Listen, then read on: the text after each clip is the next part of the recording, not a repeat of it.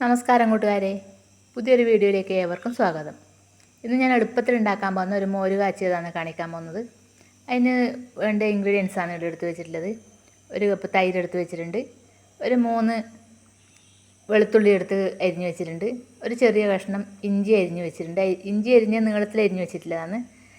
പിന്നെ 2 പച്ചമുളക് കീറി വെച്ചിട്ടുണ്ട്, ഒരു ചെറിയ സവാള എടുത്ത് അരിഞ്ഞ് വെച്ചിട്ടുണ്ട്, കറിവേപ്പില, കടുക്, വറ്റൽമുളക്, ഉലുവ, പിന്നെ മഞ്ഞൾപ്പൊടി, മുളക് പൊടി.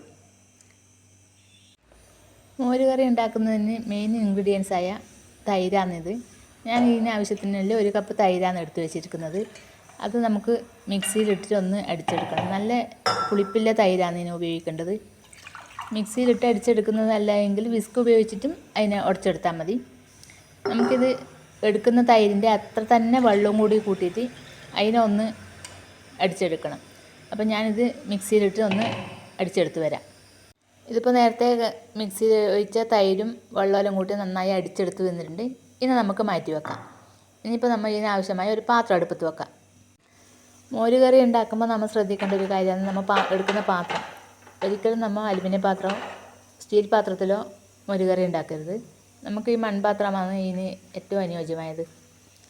അലുമിനിയം പാത്രത്തിലും സ്റ്റീൽ പാത്രത്തിലെല്ലാകുമ്പോൾ മോരൊഴിക്കുമ്പോൾ അതിൻ്റെ കെമിക്കൽ ഇളകി വരാൻ സാധ്യതയുണ്ട്. അപ്പോൾ അതുകൊണ്ട് മൺപാത്രത്തിൽ തന്നെ നമുക്ക് മോര് കറി ഉണ്ടാക്കാം. ചട്ടി ചൂടായി വന്നു, അതിലേക്ക് നമുക്ക് 1 സ്പൂൺ എണ്ണ ഒഴിച്ച് കൊടുക്കാം. എണ്ണ നന്നായി ചൂടായി വന്നിട്ടുണ്ട്. അതിലേക്ക് നമുക്ക് 1 സ്പൂൺ കടുക് ഇട്ട് കൊടുക്കാം.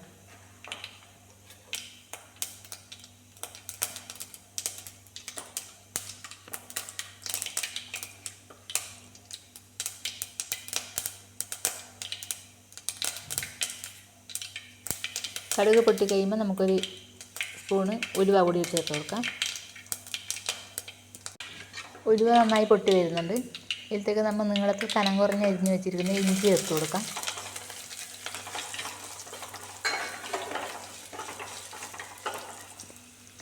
വെളുത്തുള്ളി, ഒരു 3 അല്ലി വെളുത്തുള്ളി കീറി വെച്ചിട്ടുണ്ട്, അതും ചേർത്ത് കൊടുക്കാം.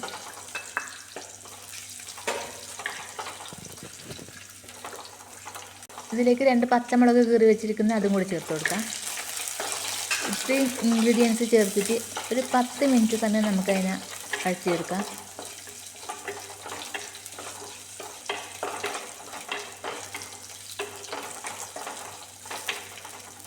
അതിനുശേഷം ഒരു ചെറിയ സവാള അരിഞ്ഞ് വെച്ചിട്ടുണ്ട്, അതും കൂടി ചേർത്ത് കൊടുക്കാം. അത് നല്ല ഗോൾഡൻ കളറാകും വരെ നമുക്കൊന്ന് അതിനെ വഴറ്റിയെടുക്കണം. 2 വറ്റൽമുളക് മുറിച്ച് വെച്ച് നമ്മൾ കടുകും ഉലുവയും പൊട്ടിക്കഴിഞ്ഞ ഉടനെ തന്നെ ചേർക്കേണ്ടതാണ്. എനിക്കത് വിട്ടുപോയി, അത് ഞാനിപ്പോൾ ചേർത്ത് കൊടുത്തിട്ടുള്ളത്. കടുകും ഉലുവയും പൊട്ടിയ ഉടനെ തന്നെ ആ വറ്റൽമുളകും കൂടി ചേർത്ത് കൊടുക്കണം. ഇത് ചേർത്ത ഇൻഗ്രീഡിയൻസ് എല്ലാം വഴണ്ട് വന്നിട്ടുണ്ട്. ഇനിയിപ്പോൾ നമുക്ക് ഇതിലേക്ക് കുറച്ച് മഞ്ഞൾപ്പൊടി ചേർക്കണം.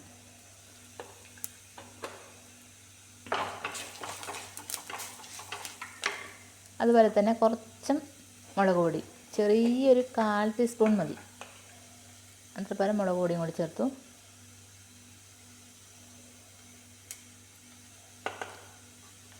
ഇനി ഇതിൻ്റെ പച്ചച്ചവ മാറും വരെ ജസ്റ്റ് ഒന്ന് വഴറ്റിയെടുക്കുക. തൈരിൽ വെള്ളം ചേർത്ത് തയ്യാറാക്കി വെച്ചതും കൂടി നമുക്ക് ഇതിലേക്ക് ഒഴിച്ചു കൊടുക്കാം. തീ ഒരു മീഡിയം ഫ്ലെയിമിൽ വെച്ചുകൊണ്ട് തന്നെ നമുക്കിത് ചെയ്തെടുക്കണം കേട്ടോ. ഇളക്കിക്കൊണ്ടേയിരിക്കണം. എന്നിട്ട്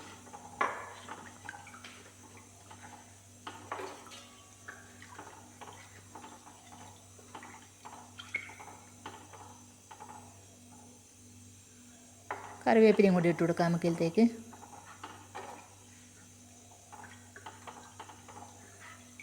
ഒരു 2 മിനിറ്റ് സമയം നമുക്ക് ഇതിനെ ഇളക്കിക്കൊണ്ടേ ഇരിക്കണം.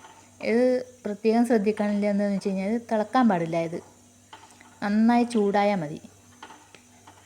തിളച്ച് വന്നാൽ ഇത് പിരിഞ്ഞു പോകും.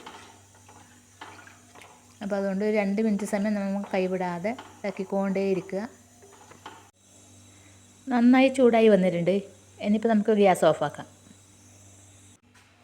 ഗ്യാസ് ഓഫ് ചെയ്തതിന് ശേഷം ഈ മോരിൻ്റെ പുളിപ്പനുസരിച്ച് നോക്കിയിട്ട് അതിന് കുറച്ച് ഉപ്പും കൂടി ചേർത്ത് കൊടുക്കണം.